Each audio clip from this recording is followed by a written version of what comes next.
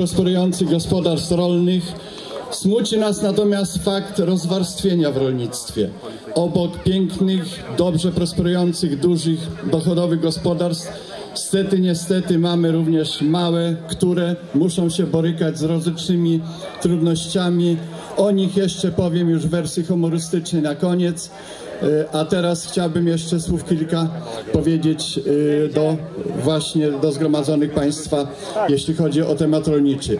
Zachęcałbym, tak myślę, że byłoby Wam, kochani rolnicy, dużo łatwiej, gdybyście nawiązali do chlubnych tradycji spółdzielczych. Pamiętamy, że spółdzielczość to nie tylko musi nam się kojarzyć negatywnie. Mieliśmy dość i mamy jeszcze dość sprawnie prosperującą spółdzielczość. Zachęcam zatem do organizowania się w grupy producenckie, bo wiadomo, że w jedności siła. Jeżeli będziemy zespoleni, prawda, łatwiej możemy osiągać adekwatne sukcesy, na które wieś polska, zwłaszcza rolnicy, tak długo czekają i na swój byt, na nasz wspólny byt ciężko pracą zarabiają.